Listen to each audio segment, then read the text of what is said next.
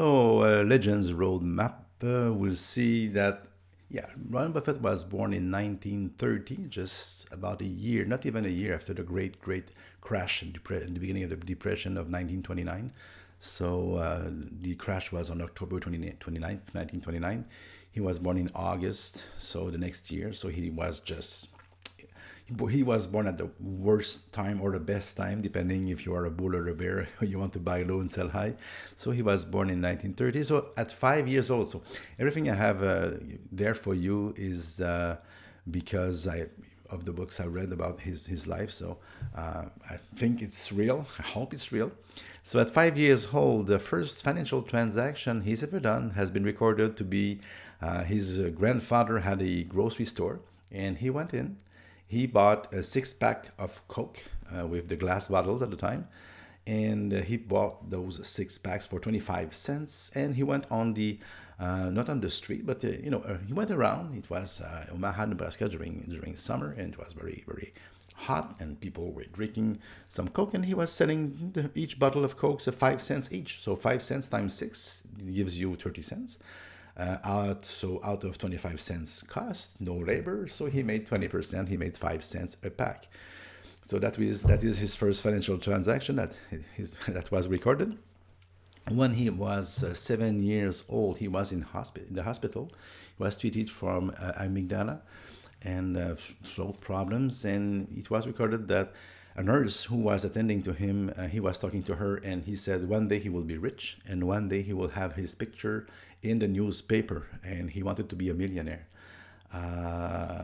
He had a vision. He was even able to do the math, to see the logarithmic, the interest on interest, the compound interest. He was fascinated by the compounding effect over time. For him, it was magical. So he had a vision. He has the positive thinking. That's pretty obvious. At 11 years old, by high sell low, he was working with his father. His father was a broker, and during the 1929 crisis, his father lost his money. He lost his firm, and then he rebuilt it again. So when Buffett was 11 years old, he was working there and helping his father to look at the tape, because back then there was no computer, and it was the tape that was the tail of the tape that was in all the transaction, and he was loving it. He was writing with the chalk and the boards and stuff like that, and he was running errands. And then one of the preferred stock of his father was Cities service stock. So he bought 3 shares of service Cities with his own money, and we have 50-50 with his sister, his older sister. So what happens sometimes is in the stock market, it happened in the 1940-41. The stock market, the stock not collapsed, but went down for 20-25%. So he panicked because his hard-earned money. He looked at the tape. He saw the money go back. He was very nervous. His sisters was not very happy. So at the minute the stock hit the 38 and 25 mark, as you know from your customers, sometimes he just sold it, take his money back, and then go, phew. We know a bit about that, but what happened after that is that the stock, he continued to look at the stock, and the stock, after having made a dip, like it happens, it went to $200 within a year or two. The stock went to $200. So being who he is, he calculated that the money he lost by buying high, selling low, and selling with emotion, the money he lost was the equivalent of 10 years of his savings, meaning that the ability he had to save back then was X amount of money a year, and he calculated he lost 10 years of growth, 10 years of money. And that hit him hard at that time.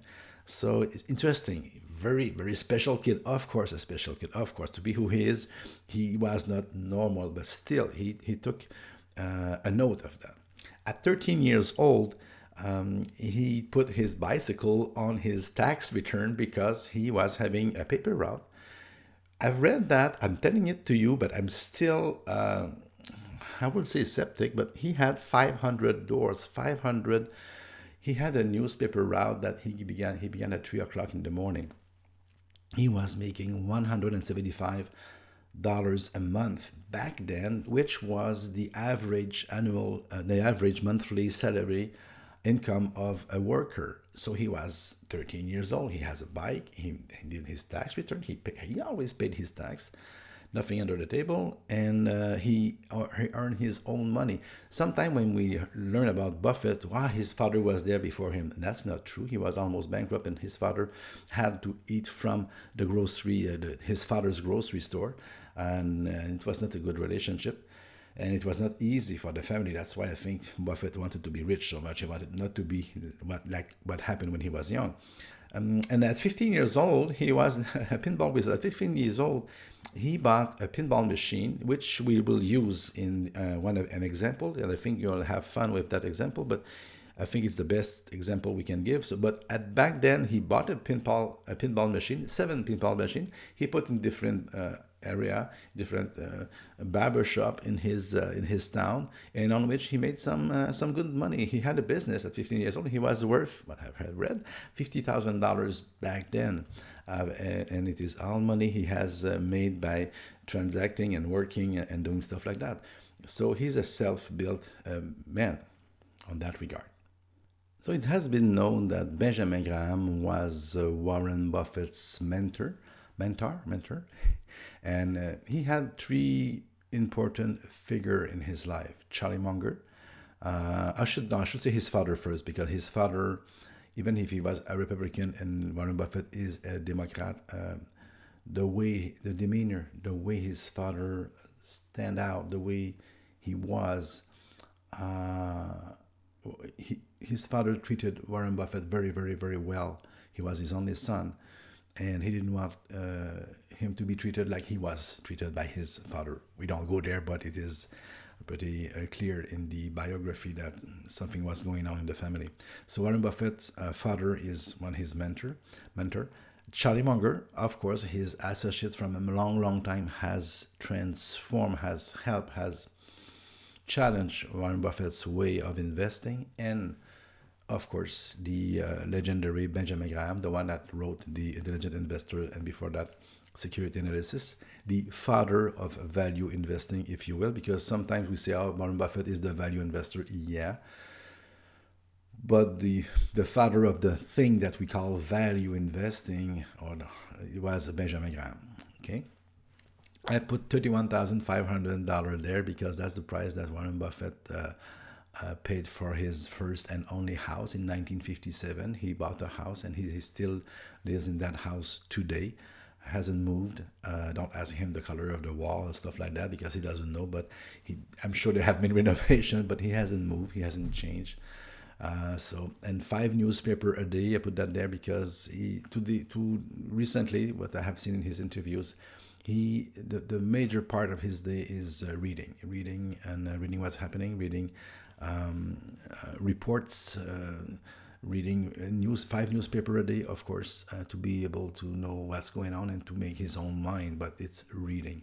I put students there too because I don't know Warren Buffett, but I've been for my entire life. Some people in Quebec they call me, and do you think you can ask him to come and speak and to give a keynote or something like that? And I say, first, I don't know him. First, obviously, but second, even if I did, and he doesn't speak to people. He will speak on the news because it has the leverage of and it is an interview and it's broadcast very, very widely. The only people he will say yes to is students, and there is like 500 classes that want to go and visit and Berkshire Hathaway's headquarters every year, and they are very picky. They cannot take everybody. They cannot say yes to every request, but he will speak to students because he says, I can make a difference. I can influence a young kid of 19 or 21 years old for his whole career. I can give some advice, some bits of wisdom that will have an impact long term. He's a value investor when he speaks. So he says that with students, he have a soft spot because he has been influence. And because Benjamin Graham, when he was 19 years old, he accepted him in his class, and not at 19, but whatever. So yeah, so that little thing. Bridge, it's the game of card, bridge. Buffett, he says, I could have very expensive tastes of very expensive, I would say, hobbies, but the hobby he loves the most is to play bridge, and over the internet, or just to play bridge, doesn't cost that much. So he says, I have very non-expensive hobbies, but he loves to play bridge. And it is recounted that the first time he bought a computer and to put it on the internet was to be able to play bridge with Bill Gates, his friend, that he met in 1990 something. The Sage of Omaha, or the Oracle of Omaha, those are not the names he gives to himself, but over the long period of time, people have begun to call him that because he gave good advice. And again, his shareholders newsletter every year is full of wisdom. I ask that to my French Canadian people to read the letter if they can, because it is written in English. But to you, you will have no excuse not to read his letter to shareholders every year. It's funny, it's tongue in cheek. It has influenced me as a writer because he gives himself the permission to put some jokes in there, some twists. Very interesting. It is him that writes it. You can go back on his website and you can have them back to 1975, I think. And it is a habit that he has begun when he was first investing in 1957. It's very interesting to read, and even if you go back to 2000, 2001, 2002, just after what we know, the 9/11 stuff, you will read very, very interesting. If you go in 2008, 2009, 2010, you will read some very, very interesting stuff. So going back in time in those letters, it will not take you that much time, but it will give you a more inside look of how his mind thinks and why he is called the Sage of Omaha.